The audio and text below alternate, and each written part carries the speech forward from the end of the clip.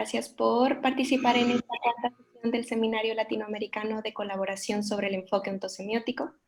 En esta sesión tenemos como conferencista al doctor Nehemías Moreno, quien es profesor de tiempo completo en la Facultad de Ciencias de la Universidad Autónoma de San Luis Potosí, México.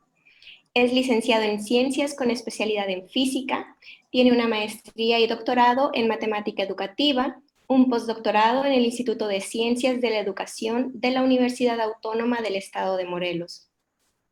El doctor Moreno es líder del cuerpo académico Currículum Enseñanza de las Ciencias y Tecnologías para la Educación de la Universidad Autónoma de San Luis Potosí. Es miembro activo de la Red CIMATES, CLAME y de la Asociación Americana de Profesores de Física, Sección México. La línea de investigación del doctor Nehemías Moreno es interpretación y aplicación del mapa conceptual híbrido en las matemáticas, la física, la química y la biología escolar. En esta ocasión, su conferencia se titula Una extensión de LEOS para analizar la actividad químico-matemática implicada en la resolución de problemas químicos. Sin más preámbulo, cedo la palabra al doctor Nehemías Moreno. Buenas tardes a todos. Primero que nada, agradezco la invitación al Seminario Latinoamericano de Colaboración sobre el Enfoque Ontosemiótico. El tema que les voy a presentar ha sido, corresponde a una línea de investigación que inicié en 2017 y pues he llevado a cabo algunos avances en colaboración con algunos profesores de la Benemérita Escuela Normal del Estado de San Luis Potosí y con algunos profesores en la Facultad de Ciencias. Bueno, titulé esta charla Una extensión de LEOS, aunque en realidad discutiendo ahí con algunos colegas me han dicho, bueno, y también árbitros de revista, llamarle adaptación. Yo considero que es extensión, pero bueno, no sé. A ver qué les parece.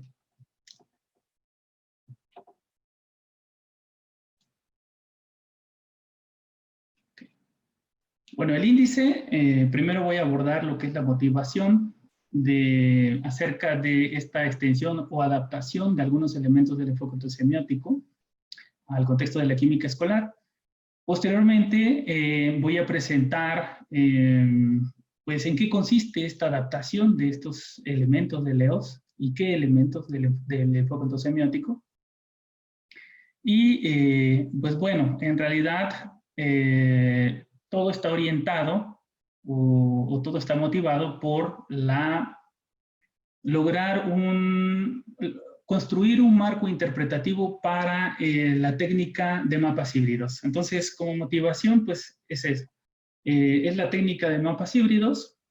La técnica de mapas híbridos combina la técnica del mapa conceptual con la técnica del diagrama de flujo. La componente del mapa conceptual permite representar lo discursivo de la actividad matemática, conceptos y proposiciones. Los mapas conceptuales pues es una técnica de representación que ha sido ampliamente usada en distintos niveles educativos, ¿no? También la componente de diagrama de flujo pues permite representar lo procedimental, lo algorítmico y las técnicas de cálculo.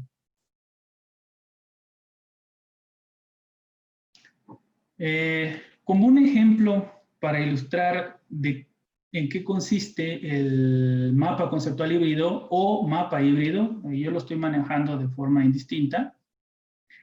Por ejemplo, yo tomé este problema de una página de internet que dice, al atardecer un árbol proyecta una sombra de 2.5 metros de longitud. Si la distancia desde la parte más alta del árbol, o sea, la punta, al extremo más alejado de la sombra, es de 4 metros. ¿Cuál es la altura del árbol? Y esta es la imagen que acompaña el problema.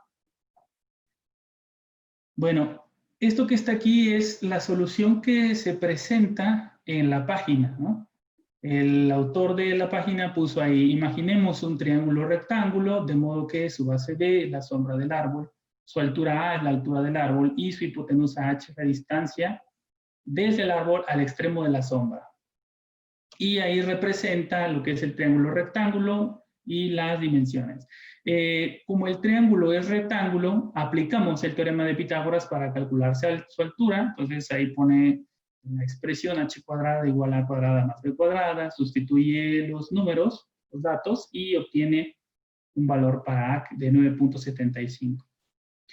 Dice, finalmente, hacemos la raíz cuadrada y calcula la raíz cuadrada y esto le da 3.12 metros. Por lo tanto, la altura del árbol es aproximadamente 3.12 metros. Bueno, a partir de esta producción que realizó el autor de la página, es posible elaborar el mapa híbrido correspondiente.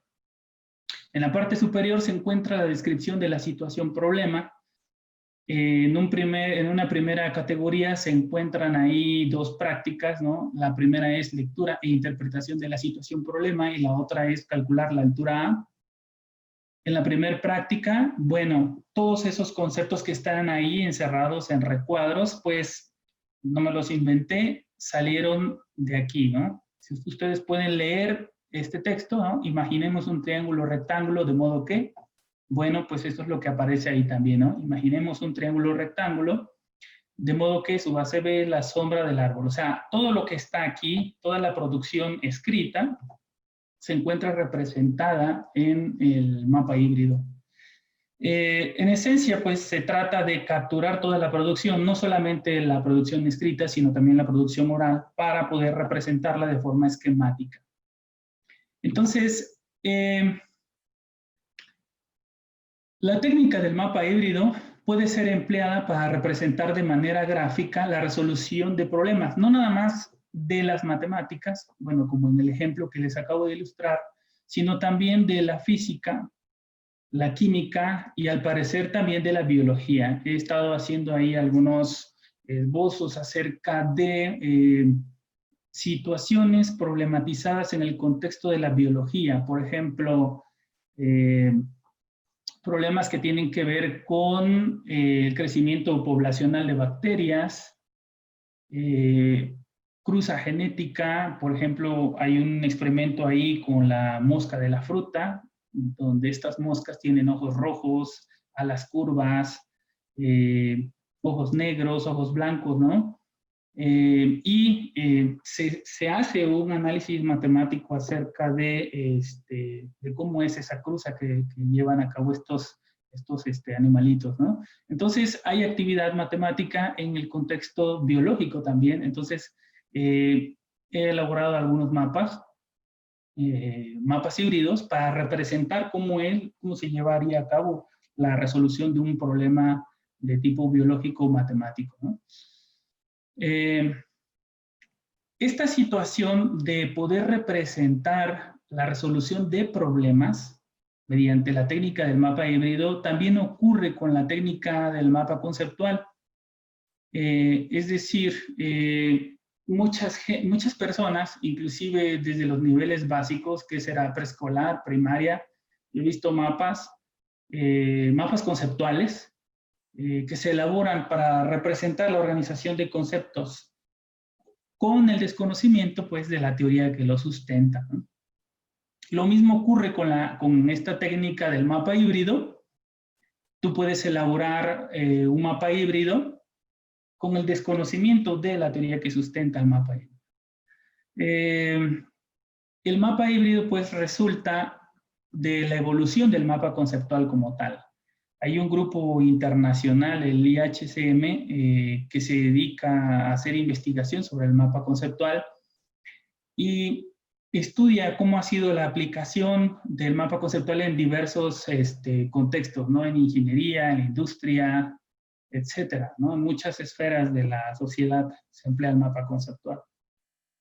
Entonces, en esta evolución que ha tenido el mapa conceptual, pues se topó con que es posible combinar el mapa conceptual con el diagrama de flujo y eso dio lugar a al mapa híbrido.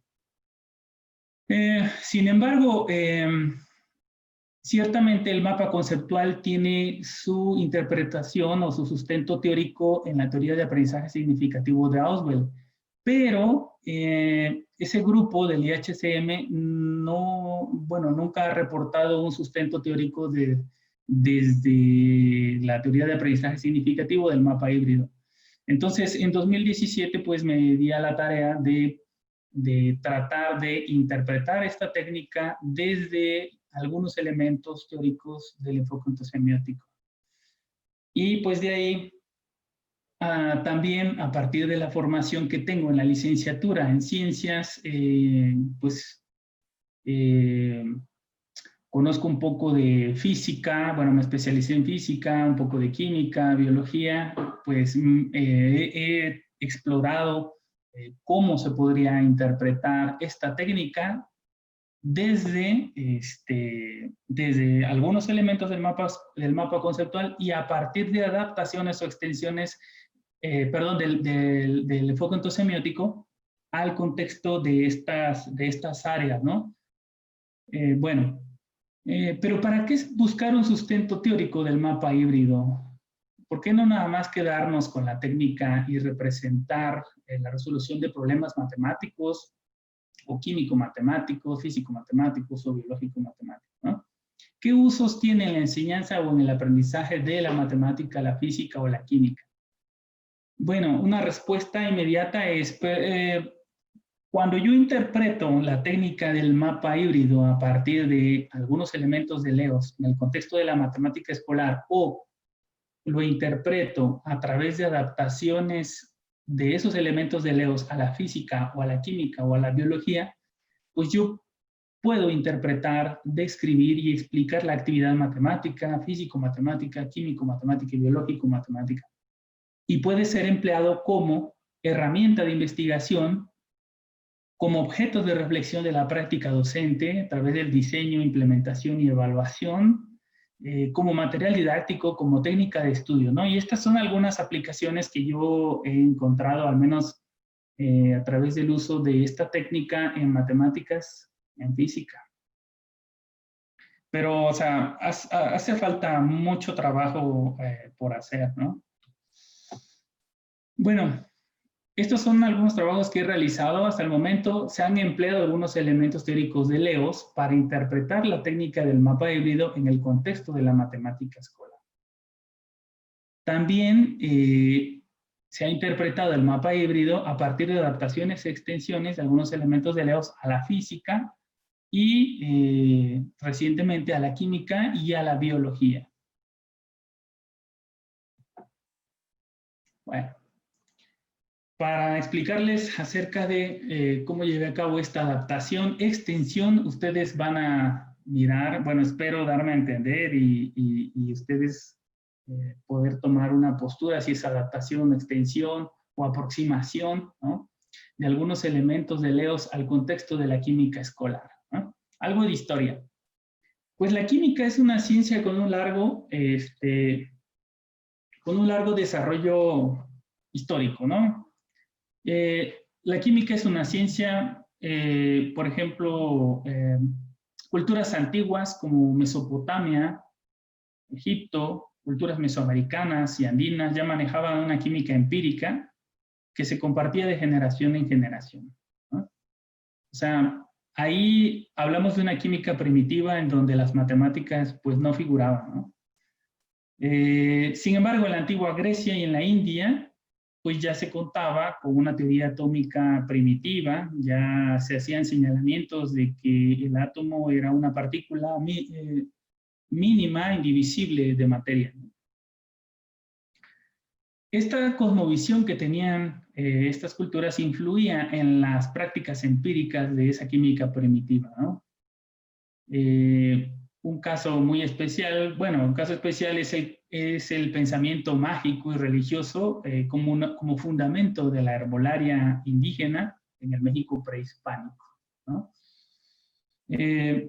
Sin embargo, esta cosmovisión o esta forma de interpretar ese quehacer de la química primitiva, pues también la llevaban a cabo personajes de la talla de Boyle y Newton, ¿no? En el siglo XVII, los cuales, con un sentido teológico, realizaron investigaciones acerca de la existencia de la piedra filosofal, ¿no? Yo cuando estuve haciendo una revisión histórica de la química, pues yo nada más había visto o había escuchado de la piedra filosofal en películas, ¿no? Pero me encuentro con algo muy interesante, con que lo que Newton y Boyle buscaban era aportar evidencia clara de la relación entre la materia y el espíritu, o sea, cuestiones religiosas. O sea, se trata también de una cosmovisión, ¿no? Que se tenía.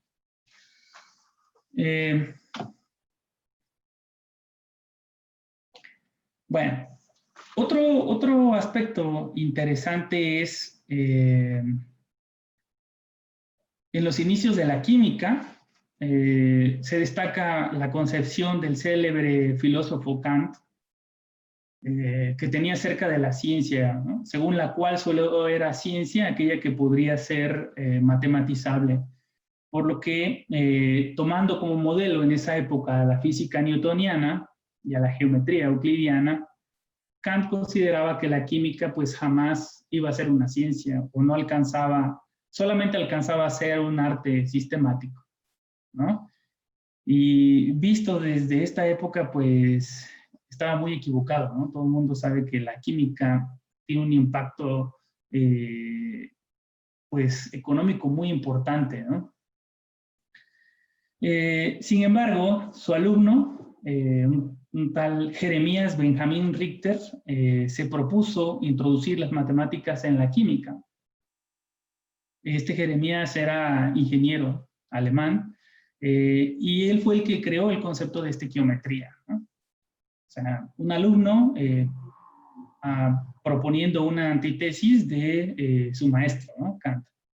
En esta misma dirección, Lavoisier estuvo convencido de que el álgebra debería ser el lenguaje en el que se deberían expresar las formulaciones científicas, por lo que su ley de conservación de las masas no es una consecuencia empírica, sino una concepción algebraica. Esta ley es indispensable en el balanceo de ecuaciones químicas, como todo el mundo sabe, ¿no? Y es una de las leyes fundamentales de todas las ciencias naturales, no nada más de la química. Y así podemos continuar con más historia, muy interesante. Sin embargo, me gustaría destacar aquí una controversia actual en la comunidad de químicos y filósofos de la química. Si toda la química es matematizable o si las matemáticas son una herramienta que permite describir parte de la química.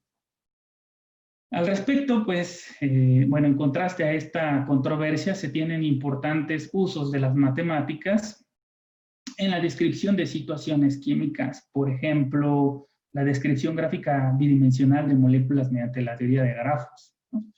Este es entre otros ejemplos, ¿no?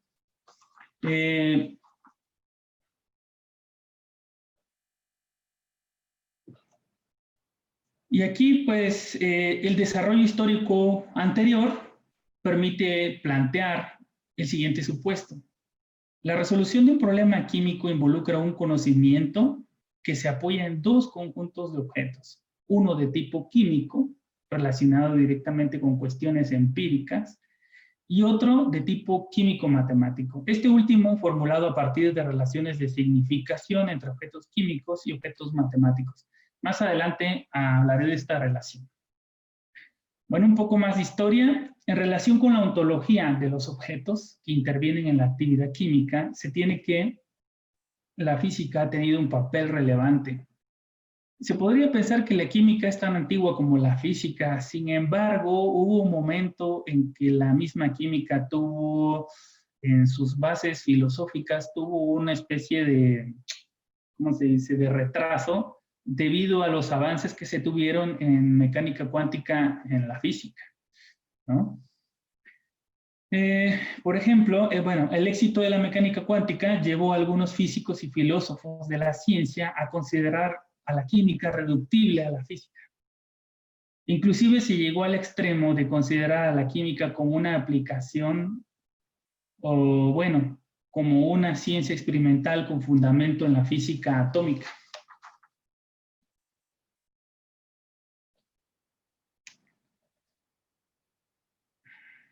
Algunos investigadores han defendido la autonomía de la química considerando un pluralismo ontológico. ¿Qué significa esto, no? Este pluralismo tiene que ver con que es posible la coexistencia de distintas ontologías no reducibles entre sí.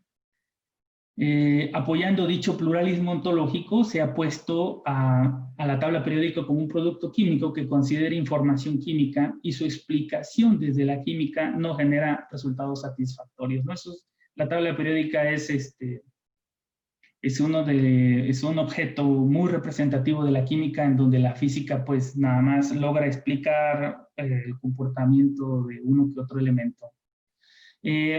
Otro señalamiento es el de la estructura molecular. Desde la mecánica cuántica, esta no es más que una metáfora, una función de onda. De hecho, en contraste con la perspectiva realista que muchos químicos han generado a partir de las evidencias espectroscópicas, o sea, señalan la existencia, ¿no?, de esta estructura. Sin embargo, se destaca que ambas miradas han resultado de gran utilidad en las investigaciones que realizan tanto los químicos como los físicos o químicos teóricos. O sea, ambas dan resultados correctos, ¿no? También en relación con los orbitales atómicos son concebidos como reales en la química, y la interpretación de estos como entidades matemáticas no reales, ¿sí?, de los físicos y químicos teóricos. ¿Sí? Sin embargo, ambas miradas dan lugar a aproximaciones de valores empíricos o reales, y ninguno de los dos pues, es estrictamente cierto. Pues con base en lo anterior, como segundo supuesto, se adopta una postura pragmatista en esta extensión-adaptación, ¿no?, de Leos, en la que no se indaga la naturaleza de los objetos de la actividad o el fenómeno químico, y lleva a buscar una realidad absoluta y obliga a caer en un reduccionismo ontológico. Más bien se apoya el pluralismo ontológico al no considerar una química reducible a la física o a las matemáticas. Y se interesa por el uso de los objetos de la actividad química, por ejemplo, para describir o predecir el comportamiento de los sistemas químicos, analizar e interpretar los datos obtenidos de la experimentación. Y por otro lado, en un sentido epistemológico, se considera la química como una ciencia experimental, cuyos objetos tienen sus raíces en la experiencia sensible o perceptual, ¿no?, incluyendo las mediciones realizadas a partir de instrumentos. Bueno, con base en los supuestos anteriores, he realizado una adaptación o extensión, no sé qué opinen, yo digo que es extensión de algunos elementos teóricos de Leo, ¿no?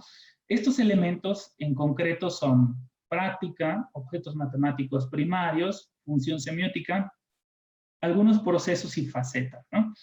A grandes rasgos, como es un seminario de colaboración, supongo que algunos pues, bueno, tienen conocimiento acerca de estos elementos de Leo.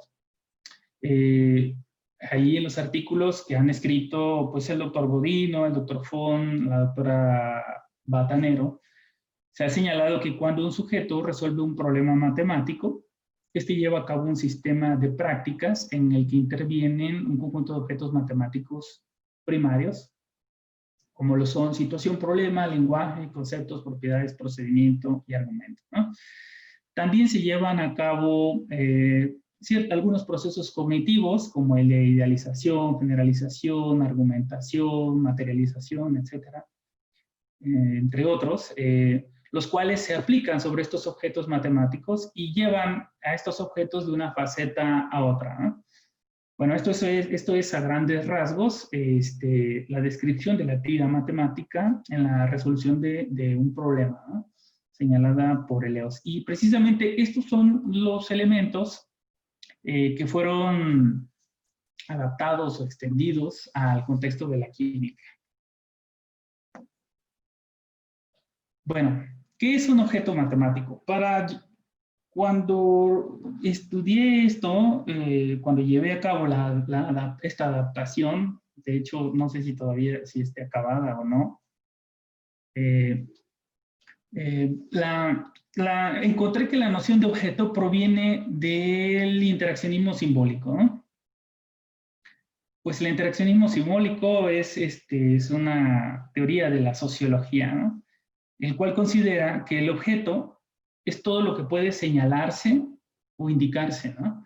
Sin embargo, no precisamente en matemáticas, más bien en los distintos contextos de la actividad humana, en nuestro caso, en la química, ¿no? El EOS, en su momento, en los inicios del EOS, se apoyó en esta noción de objeto del interaccionismo simbólico en el contexto de las matemáticas. En nuestro caso, nos vamos a referir a la química, ¿no?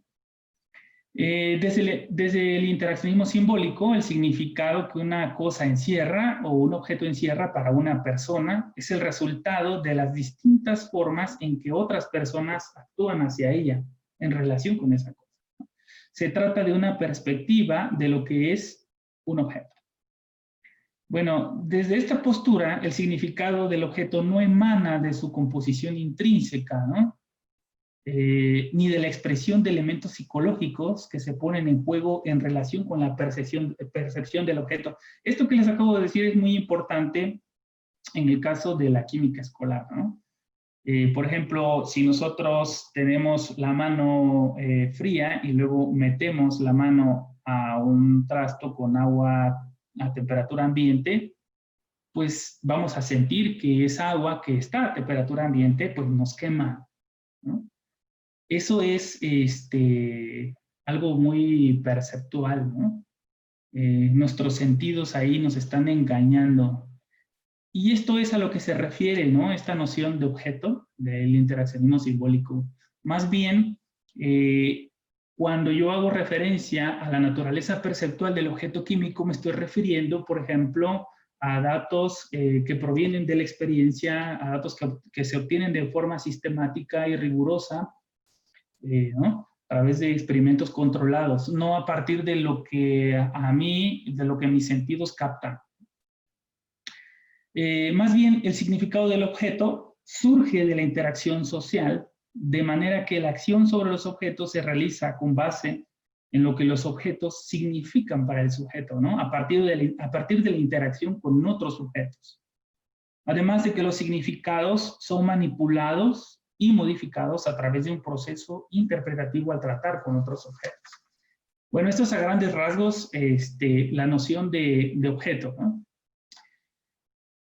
Con base en lo anterior, puede decirse que en el contexto de la resolución de problemas de química en el aula o en el laboratorio escolar, porque esta adaptación no nada más es para analizar la actividad químico-matemática de forma teórica, sino también incorpora elementos que nosotros podemos ver en el laboratorio, puesto que la química, así como la física, pues son ciencias experimentales, ¿no? Se hace referencia a objetos químicos y a objetos químico-matemáticos, ¿no? En la resolución de problemas químicos. Los objetos químicos pueden ser definidos como idealizaciones que provienen de la experiencia sensible, ¿no? Y aquí pongo un ejemplo muy señalado en el EOS, donde está un profesor y dibuja ahí una parábola, y se dice en algunos artículos de EOS que el alumno lleva a cabo un proceso de idealización, ¿no? Porque desmaterializa ese objeto al que el profesor está haciendo referencia. Entonces el alumno piensa en eso que es una representación ostensiva de la parábola, ¿no? Entonces aquí aparece el proceso de idealización que lleva al objeto parábola de su forma ostensiva o observable públicamente a su forma no ostensiva o pensada por el sujeto, ¿no? Desmaterializada. Lo mismo ocurre con esta cuestión de la química, ¿no? Los objetos químicos también son idealizados. Por ejemplo, la idealización ocurre en la clase de química cuando un profesor dibuja en el pizarrón un vaso de precipitados con una sustancia, ¿no? Inclusive ni siquiera raya la sustancia, solamente pone el vaso y una línea y dice, esto que está acotado entre estas líneas, ahí está la sustancia, ¿no? Entonces el alumno pues tiene que idealizar que esa área que está ahí es la sustancia, ¿no? Y lo piensa así. Pero también en los libros de texto encontramos fotografías como esta que está aquí, ¿no? Y representaciones pictóricas. Por ejemplo, en la figura I se muestra una fotografía que ilustra la densidad del agua, que la densidad del agua es más baja en estado sólido que en estado líquido, en comparación con la del benceno, el cual en estado sólido se va al fondo, que es el vaso de precipitados que está a la derecha, al ser más denso que en su estado líquido, ¿no? Se trata de la representación ostensiva de diferentes objetos químicos, ¿no? Aparece el benceno en estado sólido y en estado líquido, un vaso de precipitados, hay varios objetos. En la figura II, la de la derecha, se muestra la preparación de una disolución de molaridad conocida, donde en el inciso A se agrega agua a un soluto sólido en un matraz volumétrico. Bueno, pues es que eso es una representación pictórica, pero estamos idealizando, ¿no? Lo que está arriba es agua, según, y lo que está abajo es un soluto. Ahí se tiene la marca del aforo, se vacía la sustancia, se agita, y al final pues, se tiene la mezcla que se desea, ¿no? Con cierta concentración. Y bueno, el significado del objeto idealizado se encuentra en la acción que el sujeto realiza sobre el objeto, ¿no? Actúa sobre el objeto de cierto modo porque eso es lo que significa para él. Y va estableciendo nuevos significados al manipular y modificar dicho objeto a través de las conexiones que establece con otros objetos. Esto se ve muy claro en esta figura II, cómo es esa acción del sujeto, ¿no?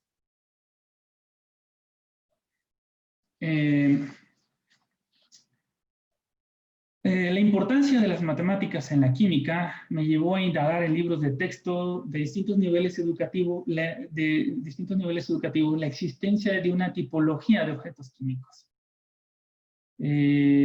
Pues en esencia sospechaba que la misma tipología señalada por Leos para los objetos matemáticos, o sea, me refiero a la situación problema, lenguaje, conceptos, propiedades, procedimiento y argumentos, también estaba presente en la química escolar.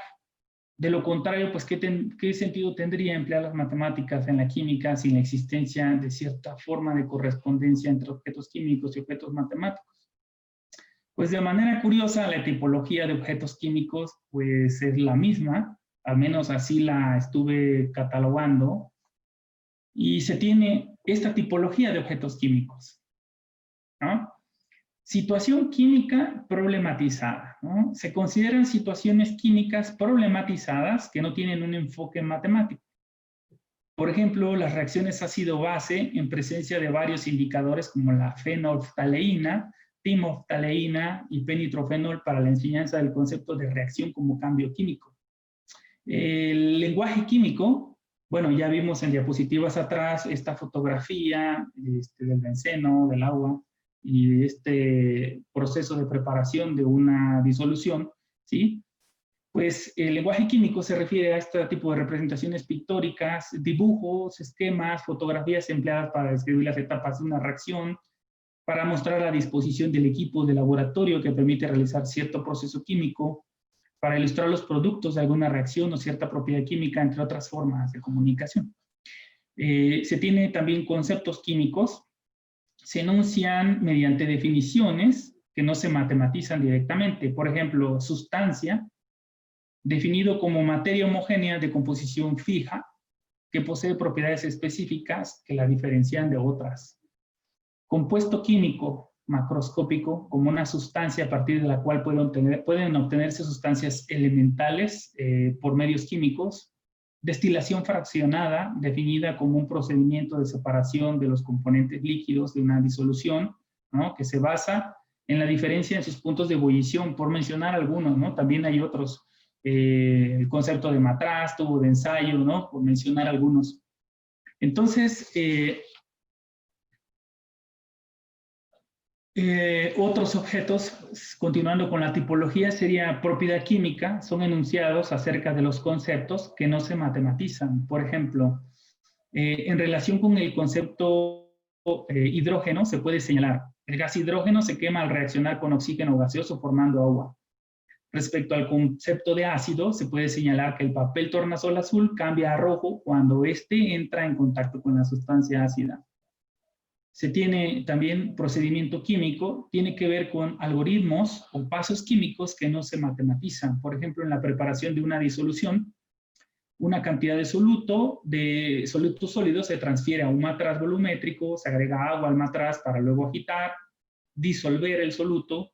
Con el soluto disuelto se agrega más agua hasta el aforo del matraz. Una vez conocidos el volumen de la disolución y la cantidad de soluto disuelto, le sigue, ahora sí, es un procedimiento químico-matemático, del que hablaré más adelante en unas diapositivas, que consiste en calcular la molaridad de la disolución preparada, ¿no? Otros procedimientos químicos son la técnica de análisis gravimétrico, procedimientos de valoración.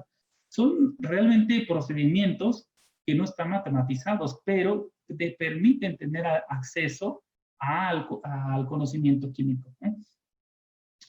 Argumentos químicos son enunciados que justifican los procedimientos químicos experimentales, ¿no? Y ahí encontramos una gran diversidad. Por ejemplo, en el procedimiento de disolución de ácido sulfúrico concentrado en agua, se puede emplear el argumento de que siempre debe diluirse agregando con lentitud y cuidado el ácido al agua. Nunca debe agregarse agua al ácido. Esto es porque si hubiera salpicaduras, cuando se agrega ácido al agua, lo que salpica es agua en su mayor parte y no ácido corrosivo. Esto es una regla, de hecho, que se emplea en el laboratorio, pero pues esto es un argumento también de una reacción. Algunos objetos químicos no pueden ser formulados o matematizados, pero juegan un rol de gran importancia en la construcción de conocimiento químico, ¿no? Los objetos químicos, esta tipología que les acabo de señalar, que es, se puede decir que es la misma tipología señalada por Eleos para los objetos matemáticos.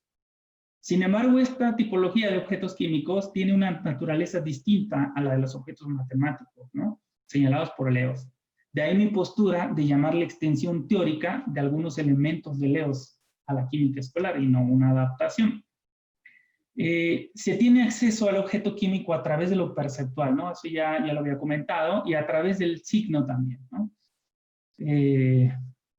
Por ejemplo, a través de un cálculo estequiométrico yo llego a un resultado y voy al laboratorio, llevo a cabo el experimento y resulta ser que peso es el producto y concuerda con mi resultado teórico. Bueno, ahí esto es a lo que me refiero, ¿no? También se tiene acceso al objeto a través del signo. A diferencia, pues, que en matemáticas únicamente se tiene acceso al objeto a través del signo. Los objetos químicos, si bien son idealizados, son idealizaciones que tienen raíces en la actividad experimental propia de la química, es decir, no se trata de objetos ficticios como ocurre con los objetos matemáticos.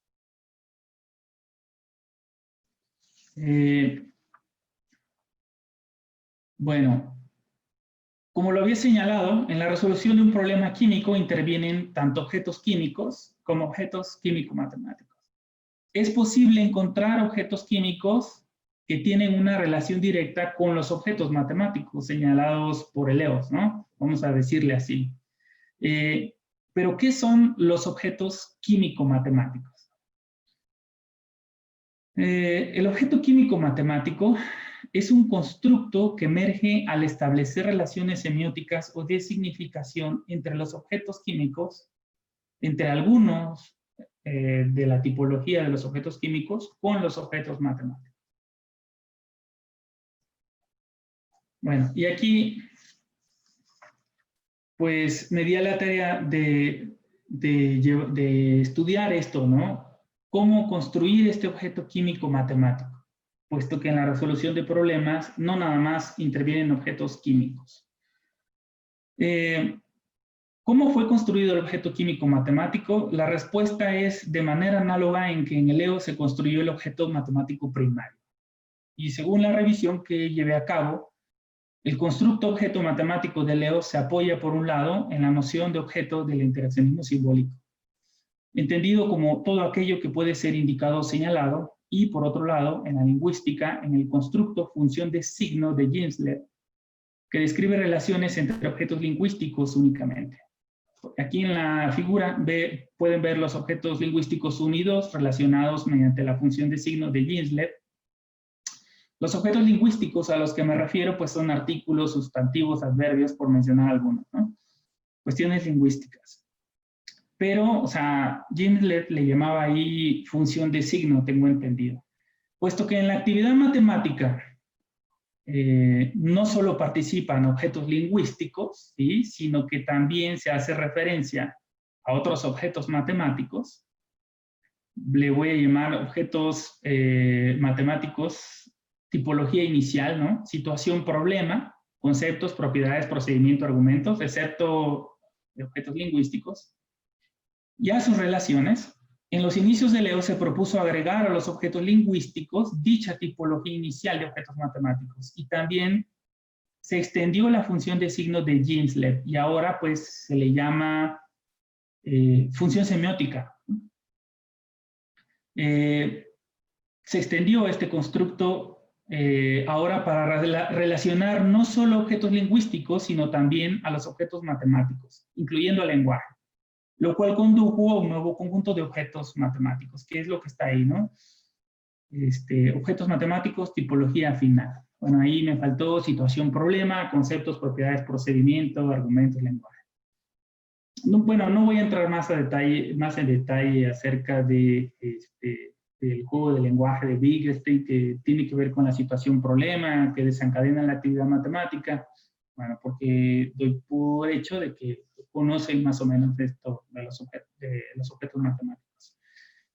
Bueno, en nuestro caso, en la química, considerando a los objetos químicos como idealizaciones de hechos químicos y también que algunos de estos objetos pueden relacionarse con los objetos matemáticos, pues propuse agregar a los objetos matemáticos de Leo una tipología de objetos químicos, que es la que les acabo de describir, algunos de estos objetos químicos de la tipología que les describí tienen relación con las matemáticas, pero no todos, ¿no? Y también propuse extender el constructo de función semiótica, que le llamo función semiótica extendida, F mayúscula, para establecer relaciones de significación entre objetos matemáticos y objetos químicos también, ¿no? Dando lugar a un nuevo constructo que se llama objeto químico matemático. El objeto químico matemático, pues, es un constructo teórico que me va a permitir analizar la actividad químico-matemática en la resolución de problemas.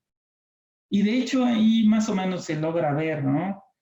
Muchos de los problemas de los estudiantes de química es que no logran establecer la significación entre las matemáticas que se están ocupando y el contexto químico, ¿no? Precisamente por esta cuestión de que se establecen funciones semióticas inadecuadas entre la trama de relaciones semióticas que se establecen entre los objetos, ¿no?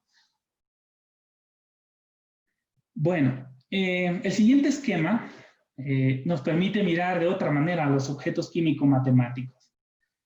Aquí voy a emplear la metáfora de la composición de dos funciones matemáticas, ¿no? En nuestro caso, pues me voy a referir a la composición de dos funciones semióticas. Se tiene por un lado a la función semiótica extendida G. Le llamo función semiótica extendida G, la verdad es que es un invento, me estoy refiriendo a una relación de significación entre el objeto matemático y el objeto químico, ¿no?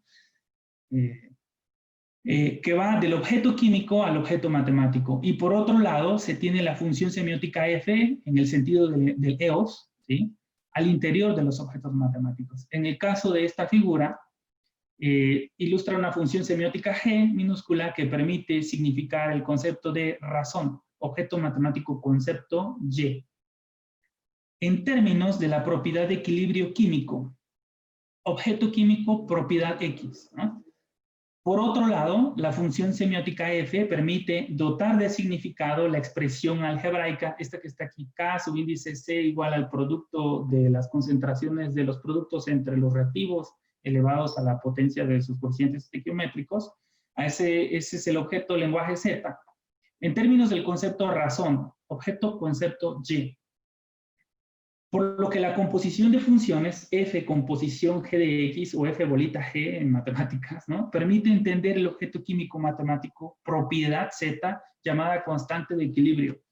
O sea, esto es esta constante de equilibrio que se emplea para conocer en qué dirección va a ir una reacción química, ¿no? Reversible.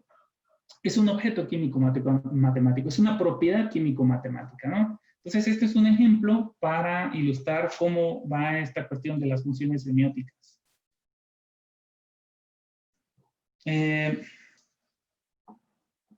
Bueno, a partir del constructo objeto químico matemático, a continuación pues describiré algunos ejemplos de la tipología de objetos químico matemáticos. Es decir, así como se tiene una tipología de objetos químicos, también se tiene una tipología de objetos químico matemáticos. Espero no estarlos aburriendo, ¿no?, en esta charla, pero realmente esta cuestión, pues yo considero que es muy importante, ¿no?, para analizar la resolución de problemas, pero de una manera muy fina, ¿no? Bueno, la primera categoría es situación químico-matemática problematizada. Son las situaciones problematizadas que son objeto de estudio cuantitativo en la química, a diferencia de la situación química problematizada. Por ejemplo, calcular la masa del soluto en una disolución, calcular la cantidad de cierto producto en una reacción, por mencionar algunas situaciones. Lenguaje químico-matemático.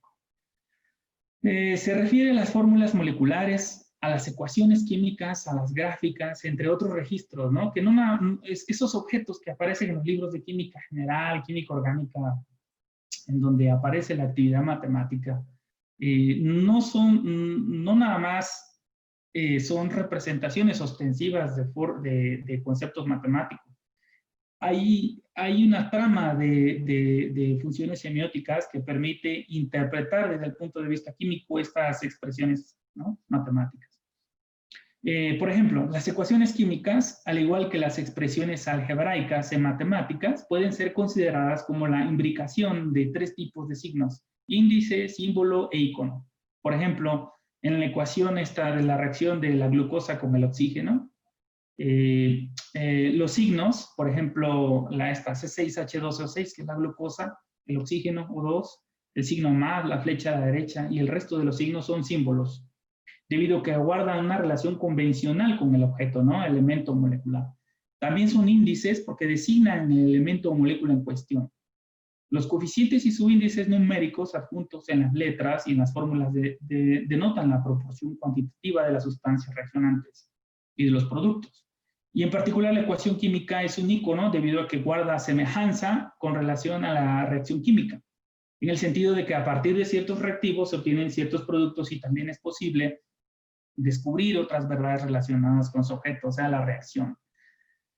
Bueno, la siguiente categoría es conceptos químico-matemáticos, los cuales se enuncian a través de definiciones que se pueden matematizar directamente. Por ejemplo, el concepto de molaridad, M mayúscula, en los libros de texto, ¿no?, definida como los moles de soluto por litros de disolución, y ahí se pone la fórmula: molaridad es igual a moles de soluto dividido entre litros de solución.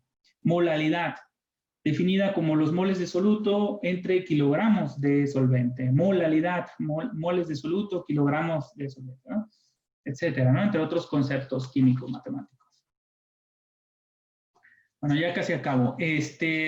Propiedades químico-matemáticas son enunciados químico-matemáticos acerca de los conceptos químicos o químico-matemáticos. Por ejemplo, el concepto químico de solubilidad, químico-matemático de solubilidad de un gas. A este concepto químico-matemático de solubilidad se le puede asociar la ley de Henry, que señala que la solubilidad de un gas en un líquido es directamente proporcional a la presión parcial del gas sobre la solución. Es decir, C gas es igual a K por P gas, ¿no? Sobre el concepto químico de ácido, se puede enunciar la propiedad de que una disolución ácida a 25 grados tiene un valor de pH menor a 7. Pues estas son propiedades químico-matemáticas que se asocian a conceptos químico-matemáticos. También se tienen procedimientos químico-matemáticos, se refiere a las técnicas de cálculo o algoritmos, tales como el balanceo de ecuaciones, que resulta de gran importancia para cualquier estudio cuantitativo. El balanceo de ecuaciones puede llevarse a cabo mediante el método algebraico o el matricial, el cálculo de la concentración molar o la determinación de la fórmula molecular de un compuesto a partir de la fórmula empírica, y la masa molecular es otro de los procedimientos químico-matemáticos, ¿no? que se enseñan en el aula. Argumentos químico-matemáticos que se refieren a enunciados que permiten justificar o validar los procedimientos químico-matemáticos. Bueno, entonces tenemos pues objetos químicos y objetos químico-matemáticos con la tipología esta, ¿no? Lenguaje, conceptos, propiedades, etc. Bueno, hasta aquí, con base en lo anterior, la extensión de algunos elementos de Leos al contexto de la química escolar advierte un conjunto de objetos químicos y químico-matemáticos que son organizados en un sistema de prácticas que permite al sujeto, novato o experto, la resolución de la situación química problematizada. Dada la importancia de la componente matemática en la actividad química, también se considera viable tomar en cuenta algunos procesos y facetas señaladas por el LEOS. Es decir, en esta adaptación-extensión, pues, estamos tratando con objetos y también se llevan a cabo procesos, ¿no? Por ejemplo, ya les había comentado el de idealización. Cuando se piensa en una disolución que está en su faceta no ostensiva, puede ser una representación pictórica en un libro de texto, un dibujo en un pizarrón, ¿no?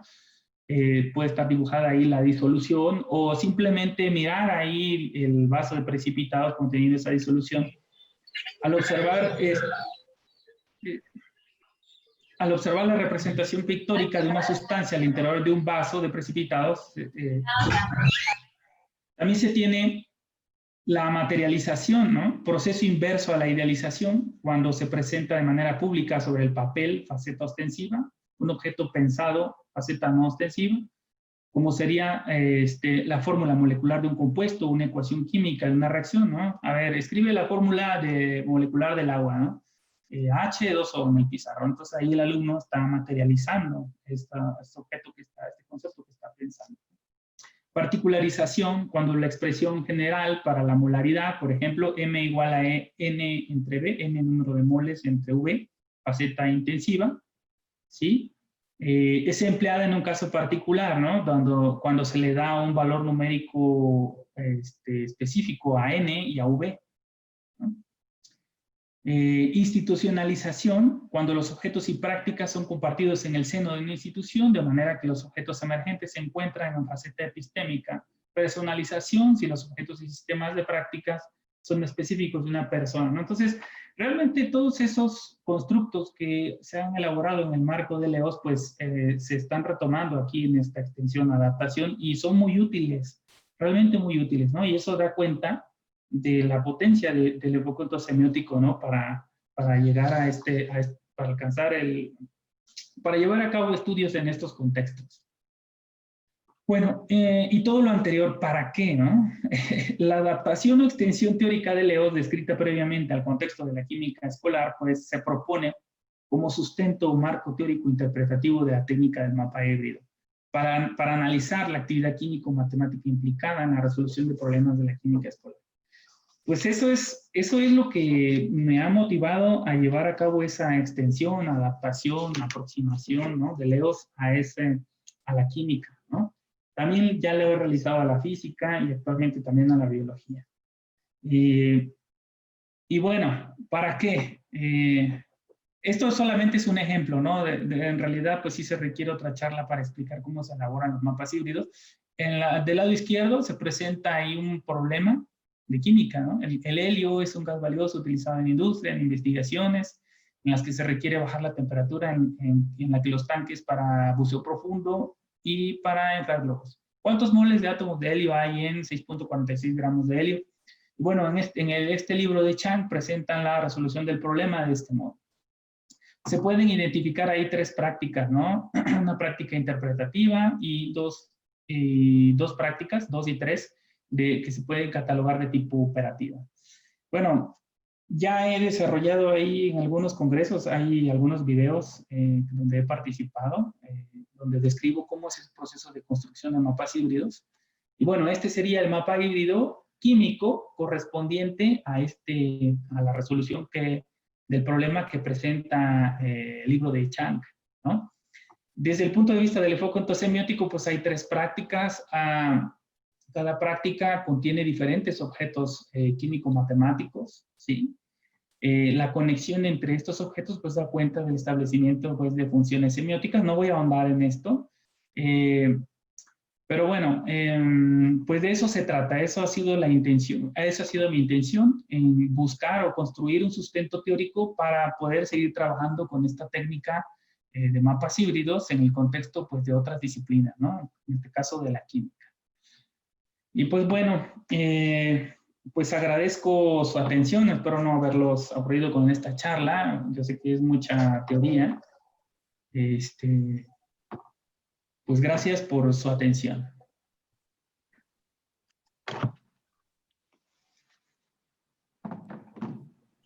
Muchas gracias, profesor Nehemías Moreno. Vamos a pasar a la ronda de preguntas, comentarios. Quien quiera puede tomar la palabra, si pueden levantar la mano, por favor, o pueden escribir sus preguntas también en el chat.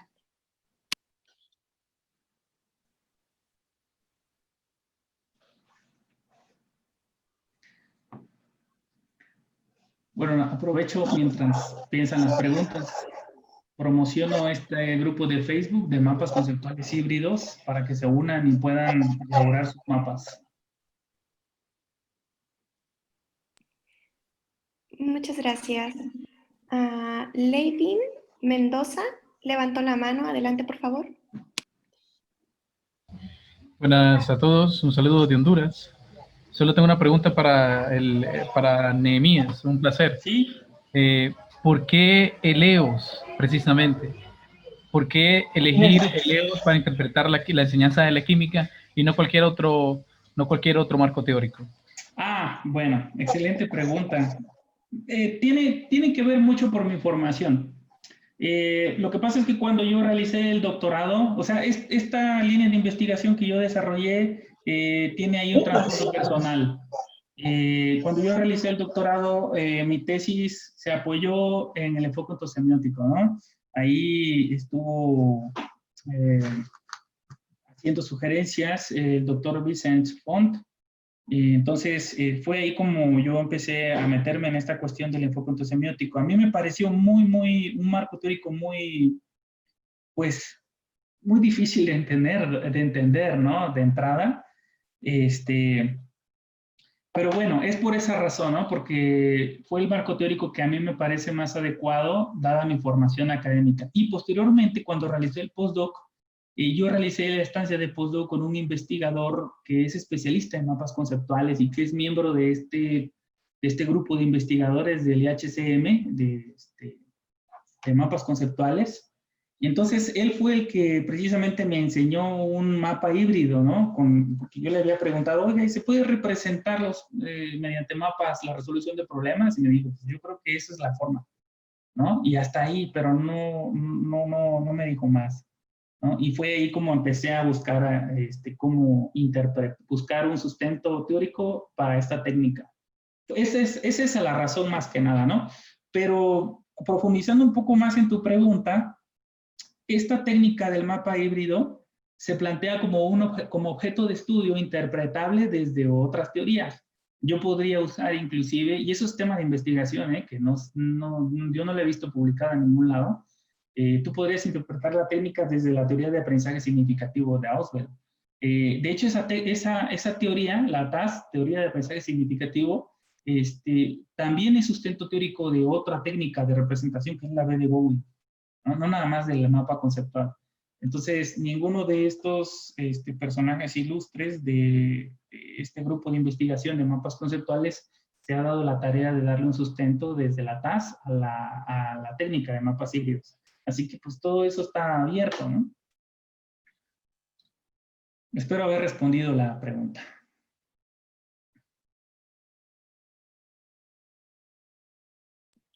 Muchas gracias.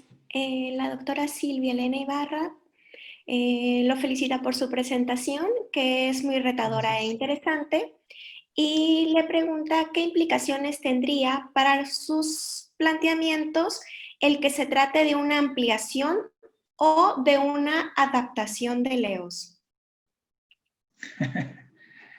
Híjole, ahí sí me he peleado con algunos árbitros de artículos en que dicen, es que esto no es una extensión, no es una aproximación, es una adaptación. Pero, o sea, a mí en lo personal, ¿qué implicaciones tiene? Ninguna, es solamente un nombre. Pero bueno, estos constructos teóricos, bueno, tengo el interés pues por indagar cuáles son esas dificultades en el aprendizaje de la química, de la biología, en la resolución de problemas, ¿no? Donde participa la actividad matemática. Adaptación, yo la veo como, yo no le llamaría adaptación, yo le llamaría extensión, puesto que ya está involucrando objetos de distinta naturaleza a la de los objetos matemáticos. Entonces, a eso es lo que yo entiendo como extensión, ¿no? Por esa razón nada más. Y quizá otras personas lo vean como adaptación porque estoy tomando algunos elementos de, como, bueno, los procesos cognitivos, las facetas, y las estoy llevando hacia el análisis de otros, de relaciones de otro tipo de objetos, ¿no? Entonces sí se está adaptando. Bueno, no sé, espero haber respondido. Bueno, aprovecho esta pregunta para hacer un señalamiento que hizo el doctor Godino en su libro, en un libro que tiene sobre funciones semióticas, donde dice que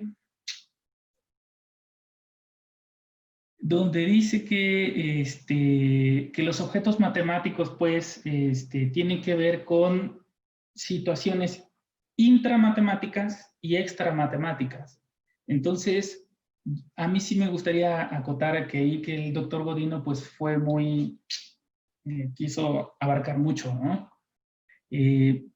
Dado estos constructos, yo entendería las situaciones extramatemáticas,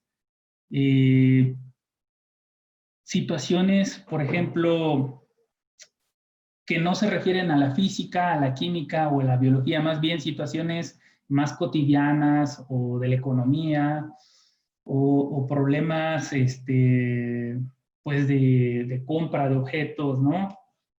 Situaciones que no atañen a esas disciplinas. Esas no las, o sea, contextos como física, química y biología no entrarían en ese señalamiento del doctor Godino de que LEOS es aplicable a situaciones extramatemáticas, ¿no? Eso es, no sé, espero haber respondido la pregunta de la maestra. Gracias. Levantó la mano Rocío Aguiñaga. Sí. Buenas tardes, doctor Nemías. Hola. Yo tenía la duda de que, por ejemplo, dijo que el LEOS y los mapas híbridos los ha aplicado para algunas otras materias, aparte de química. Y también quería preguntar si, aparte, tiene pensado pronto, en algún futuro, aplicarlo para alguna otra materia. La verdad, solamente tengo pensado, bueno, estoy trabajando actualmente en biología, química y física. Sí. Gracias. Aunque en realidad esta forma en cómo se llevó a cabo esta adaptación o extensión, en este caso, también podrían incluirse objetos físicos, ¿no? Objetos físico-químicos, ¿no? O sea, no está restringido nada más a objetos químico-matemáticos.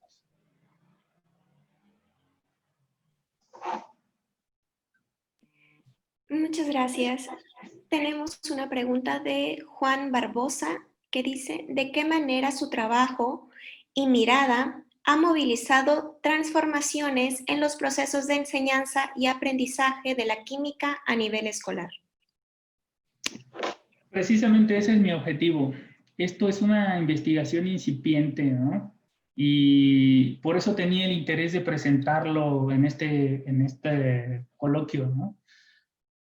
Precisamente para comunicar qué es lo que he hecho y por si es de interés de alguno de ustedes, pues que se una a esta línea de investigación. O sea, realmente el único que ha trabajado esto, pues soy yo. Espero no abusar de eso. Tengo entendido. Solamente lo que puedo decir es que en matemáticas y en física sí he dirigido algunas tesis y he visto muy buenos resultados sobre la implementación de los mapas híbridos, por ejemplo, para enseñanza de la física, matemáticas, en la formación de docentes, considerando al mapa híbrido como objeto de reflexión de la práctica docente, de profesores de matemáticas en formación. Eso sí lo he visto, ¿no? Eso es lo que podría señalar, pero en el caso de química y biología apenas estoy trabajando en eso, ¿no? Es algo difícil meterse a hacer revisiones históricas, afinar detalles, ¿sí?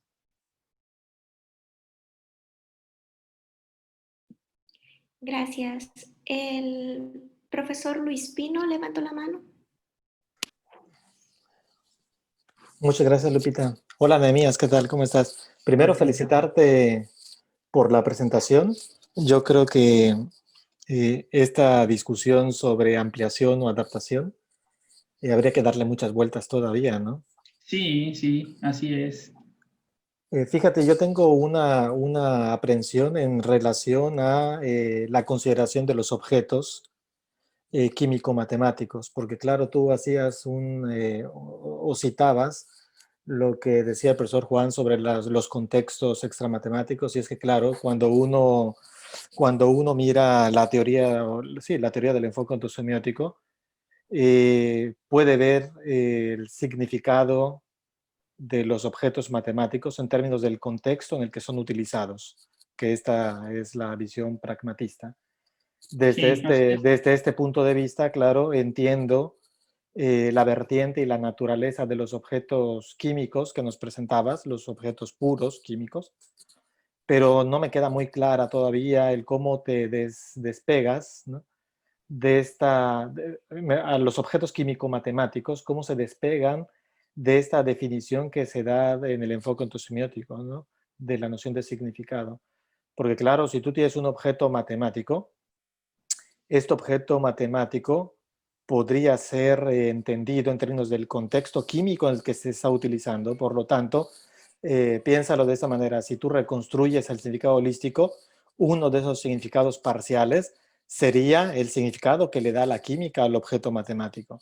Es decir, se utiliza el objeto en la química y entonces, dado el significado del enfoque ontosemiótico de los contextos de uso, adquiriría un significado, va a adquirir un significado en términos del contexto químico, que es en el que se está siendo utilizado. Por lo tanto, yo no veo todavía este tema de lo químico matemático. Lo de lo químico, el objeto químico, bien, no habría que darle vueltas. Yo creo que estas propuestas teóricas son muy interesantes, son muy fructíferas para toda la comunidad.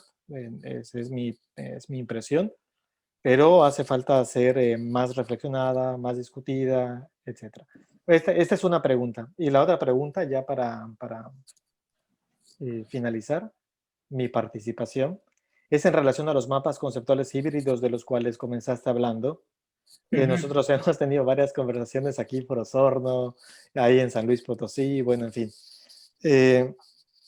Y la idea es que presentas el mapa conceptual híbrido, no sé si me equivoco, me corriges y sería muy bien, como una herramienta teórico-metodológica que permite operativizar ciertos procesos o procedimientos que desarrolla los estudiantes, entender los esquemas, cómo se configuran las prácticas de los estudiantes a propósito de la solución de un problema, ¿cierto? Sí. Entonces, ¿cuál sería digamos, la ampliación o la diferencias, similitudes, no sé, respecto de la configuración y la función semiótica, que también son herramientas teórico-metodológicas, ¿no?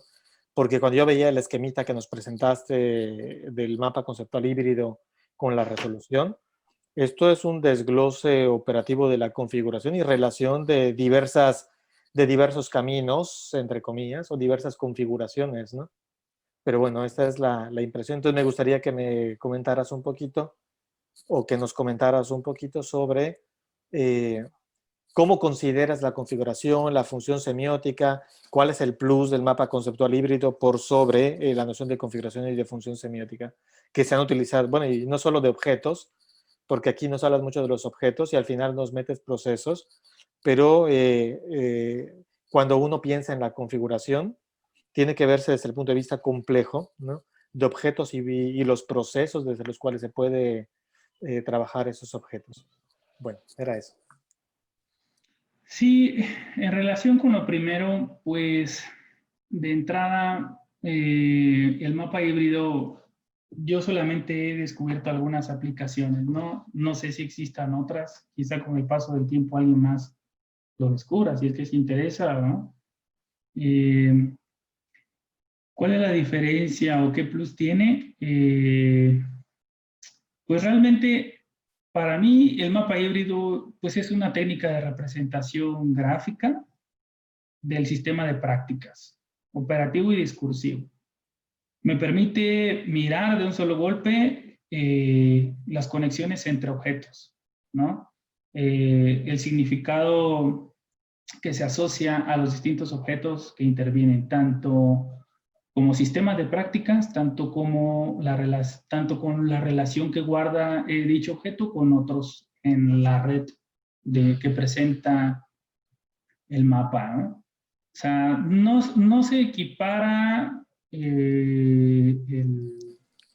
la técnica del mapa híbrido. Bueno, no lo he pensado equiparar la técnica del mapa híbrido con estas herramientas que brinda el LEOS, ¿no? Sería una manera, tal como lo comentas, me parece que sería entonces una manera de representar la configuración utilizada por el estudiante o por quien Exacto. resuelve el problema.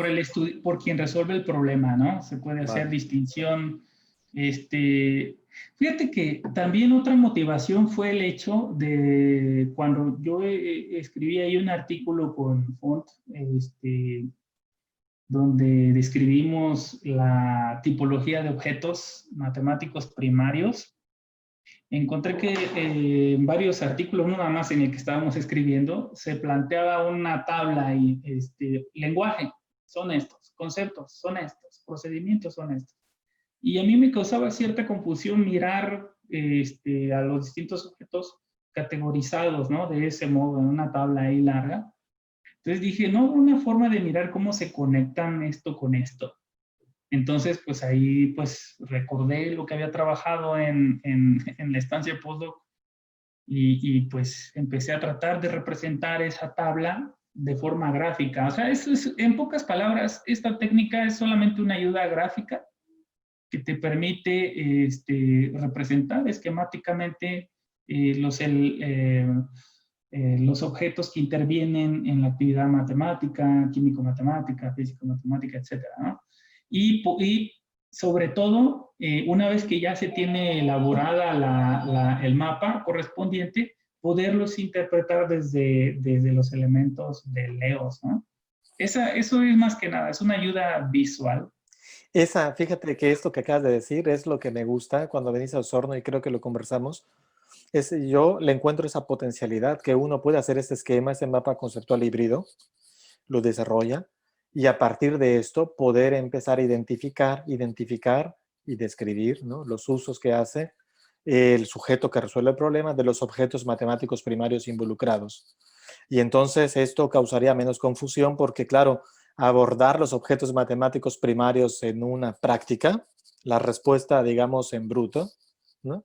del estudiante, a veces hay confusión entre, a ver, pero espérate, ¿cuál es el procedimiento? Este teorema está actuando como procedimiento o como argumento. Entonces empieza a haber cierto grado de confusión entre los elementos, ¿no? Entonces, claro, si tú logras desmenuzar este mapa, logras representar, ¿no? Los caminos y los elementos que utiliza el sujeto, a partir de esto yo considero que la potencialidad que brinda mayor accesibilidad, ¿no?, a la identificación de cuáles son esos objetos matemáticos primarios que utiliza el estudiante y los usos que les está dando, ¿no?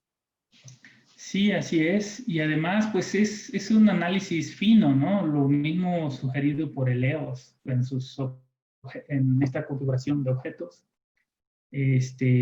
Porque te permite advertir, inclusive, ya que tienes el mapa, te permite advertir algunos objetos que pensó el sujeto pero que no dijo.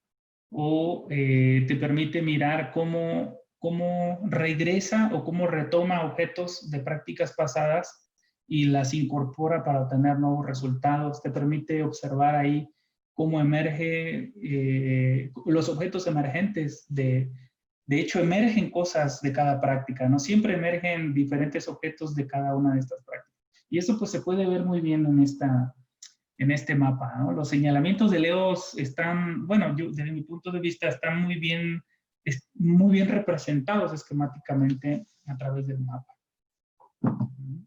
Oye, ¿y me podrías repetir la primera pregunta en concreto?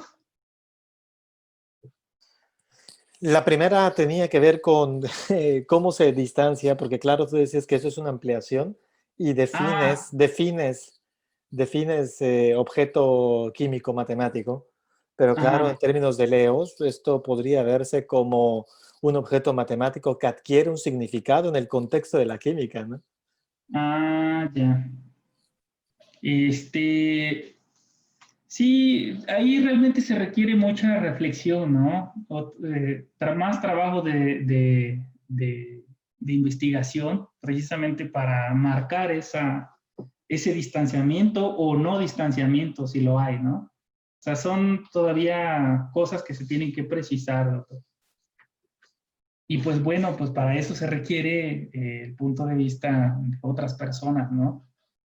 Trabajo en conjunto. Una sola persona pues realmente no hace nada. El avance es casi nulo. Sí, o sea, no te sabría decir. Es en relación con ese distanciamiento. Yo partí de algunos supuestos, algunas consideraciones, incluso abusé de algunas consideraciones, ¿no? Me aventuré en eso. Y fíjate que aún así, me ha permitido obtener algunos resultados en investigaciones en la química escolar, ¿no? Recientemente estaba revisando ahí la producción de una maestra y de un estudiante que resuelven un problema de pH de una solución amortiguadora. Y realmente es muy interesante mirar cómo está entendiendo el alumno de forma gráfica y la manera en cómo está entendiendo la maestra, ¿no? Dos mundos distintos, conexiones distintas, ¿no? O sea, los mismos objetos involucrados, pero distintas conexiones y organizaciones. O sea, al parecer estos supuestos, pues sí, de manera empírica me han ayudado a estudiar estos fenómenos educativos.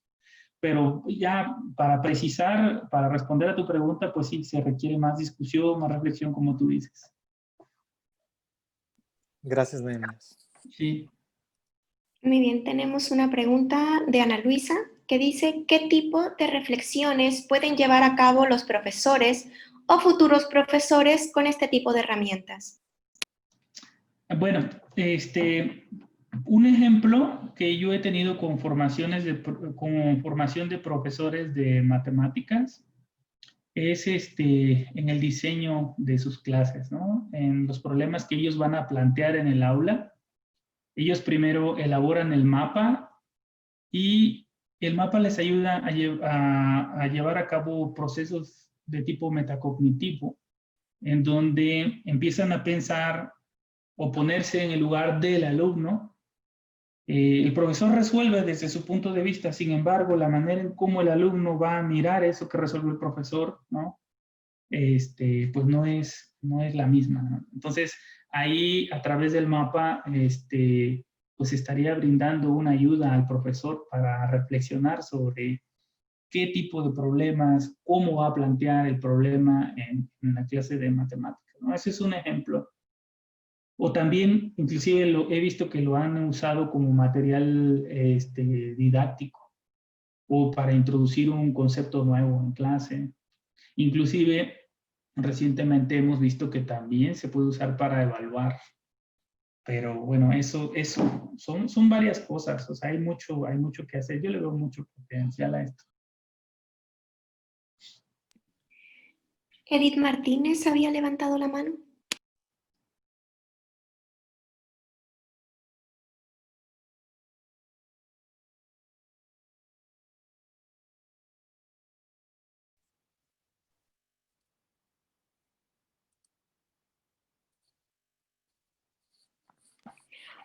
Pasemos a una pregunta en lo que Edith contesta. La pregunta es de Edwin Muñoz. Bueno, primeramente le agradece por la presentación y pregunta, ¿qué tan conveniente sería usar los mapas híbridos de química en la educación virtual? Híjole.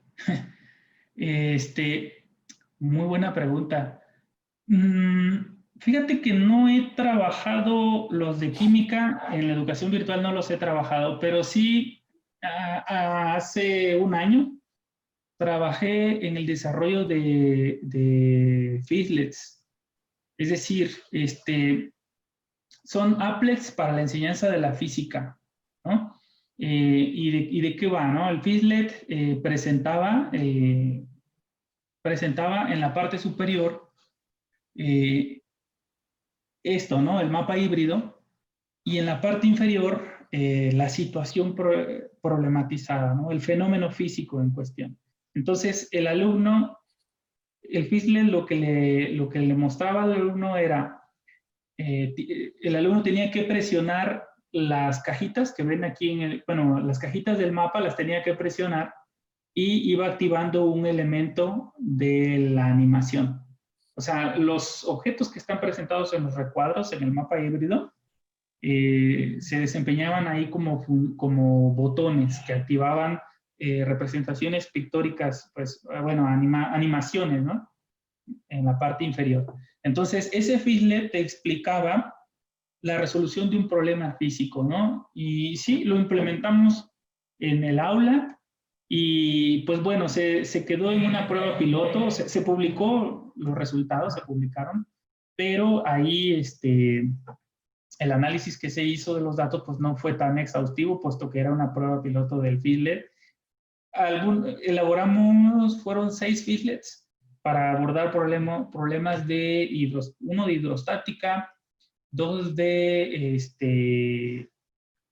y el resto era de mecánica, ¿no? De cinemática y de aplicación de las leyes de Newton.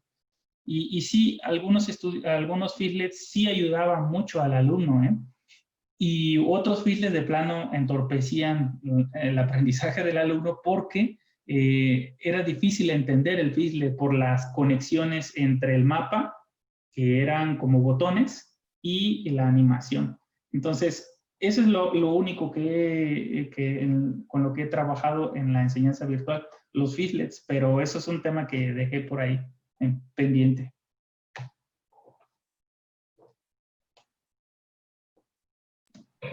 Muchas gracias.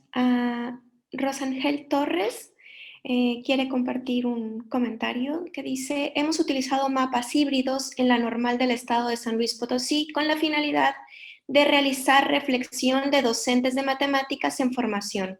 Nos ha dado un buen resultado el utilizarlos como herramienta de reflexión de procedimientos, ya que las reflexiones que realizábamos eran exclusivamente didácticas y la reflexión de la disciplina era muy escasa y en ocasiones hasta nulas. Actualmente logramos ver algunas reflexiones de las dificultades específicas de las matemáticas.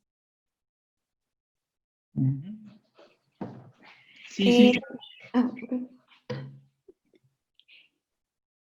Sí, actualmente estoy trabajando en colaboración, en proyectos de colaboración con la normal. Y sí, realmente ellos me han sorprendido con los usos que le han dado al mapa. Muchas gracias. Tenemos otra pregunta. Dice, para las matemáticas en secundaria, ¿qué funcionalidad tendría un mapa híbrido y en qué temas específicos? ¿En qué temas específicos? Yo digo que en todos, y depende mucho de la habilidad del sujeto para crear los mapas, ¿no? Hay mapas que aparecen muy sencillos, que no requieren mucho de apoyo gráfico. O sea, al mapa como el que les presenté, donde estaba el arbolito y el triángulo, tú le puedes agregar figuras, ¿no? O sea, tú puedes elaborar un mapa para la enseñanza de cualquier tema. Y pues para la enseñanza de las matemáticas, precisamente el mapa híbrido y la interpretación del mapa híbrido desde los elementos de LEOS es para eso, ¿no? Para las matemáticas. Para describir la resolución de problemas, para analizar las concepciones de los estudiantes, dificultades, ¿sí? Tiene muchas aplicaciones. Muchas gracias. Retomando un poco lo que comentaban hace un momento sobre cómo podemos ver una representación de la práctica del estudiante, me parece que pudiera aplicar no únicamente para la física, la química o la biología, como es el caso que usted está utilizando, sino que realmente podríamos aplicarlo. Bueno, por ejemplo, yo trabajo en estadística y este tipo de mapa pudiera ser útil para representar la práctica del estudiante. Me preguntaba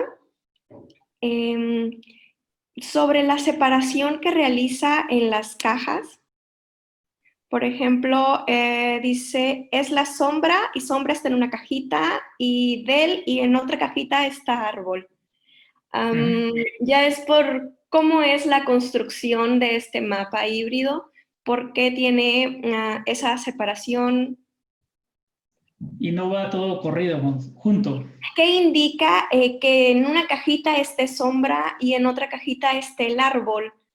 Porque se refiere a la sombra del, o sea, es como, ¿cuál es la razón de ser de esas separaciones? Sí,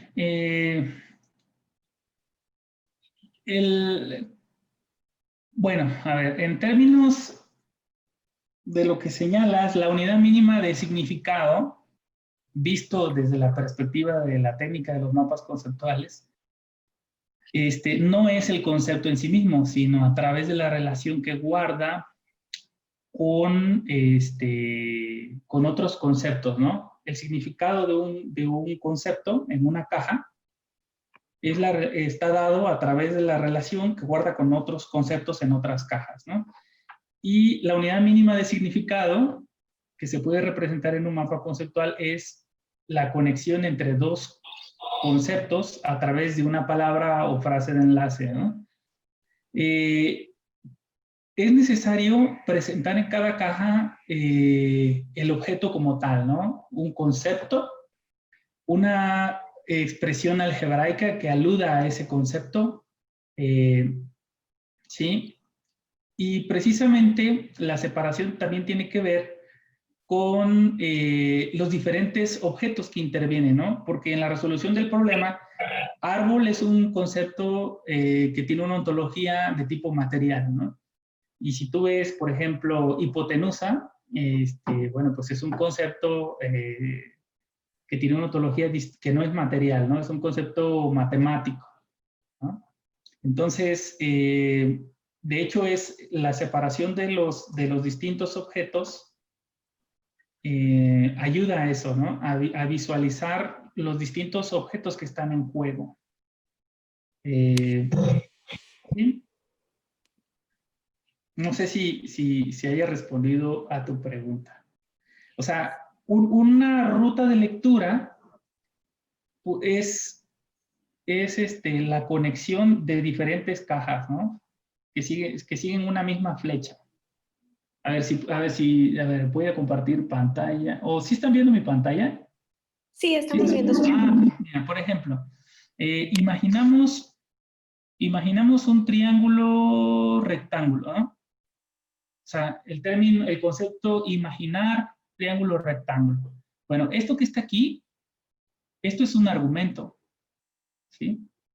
En el enfoque ontosemiótico se utilizan proposiciones y las proposiciones pueden ser ciertas o falsas, ¿no?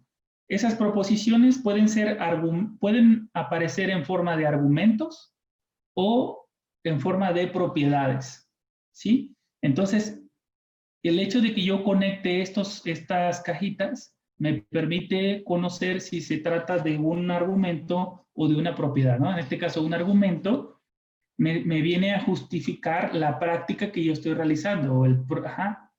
Y la propiedad, pues, está asociada a un concepto, ¿no? Por ejemplo, aquí dice, aplicamos el teorema de Pitágoras. Puse aquí teorema de Pitágoras y aquí estoy presentando lo que es esta propiedad, ¿no? Es una propiedad matemática. Dice, para calcular su altura, ¿no?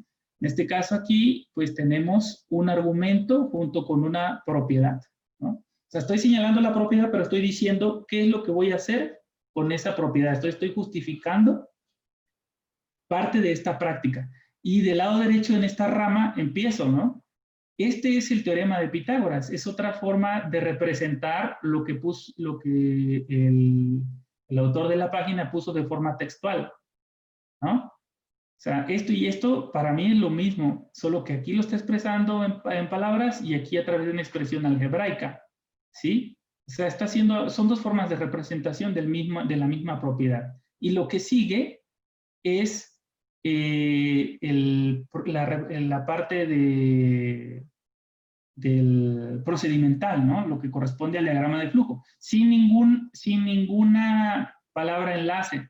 ¿Y por qué no llevo palabra enlace? Porque el autor no justificó ninguno de los pasos. En el caso de que él hubiese justificado alguno de estos pasos, aquí se podría desprender otra ruta de lectura, un argumento, diciendo, aquí se usó la propiedad de la potencia, ¿no? O aquí, no sé, estaba sumando, pasó restando. Entonces aquí esto aparece como argumentos asociados o justificativos de este procedimiento, ¿no? Entonces por eso es necesario la separación. Yo he visto que muchas personas que han tratado de usar el mapa ponen la proposición dentro de una misma caja. Bueno, eso es una manera, ¿no? Pero yo lo considero más adecuado separarlo, aunque se vuelva más grande el mapa, ¿no? Porque me permite hacer la distinción entre los diferentes tipos de objetos que intervienen. Hay objetos no matemáticos que también aparecen, por ejemplo, árbol, sombra, ¿sí? Entonces aquí yo puedo mirar qué es lo que está, a lo que está haciendo referencia el autor y cómo. Así desglosado me permite ver los significados que el sujeto asocia. A diferencia de que si está toda la oración en una sola caja, es más difícil mirar conexiones. Muchas gracias. Uh-huh. ¿Alguien más desea preguntar o hacer algún comentario?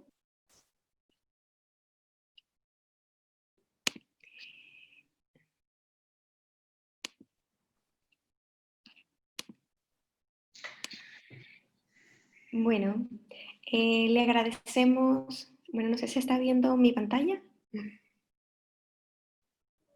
Sí. Sí, ok. Le agradecemos al doctor Nehemías Moreno por su conferencia. Muchísimas gracias.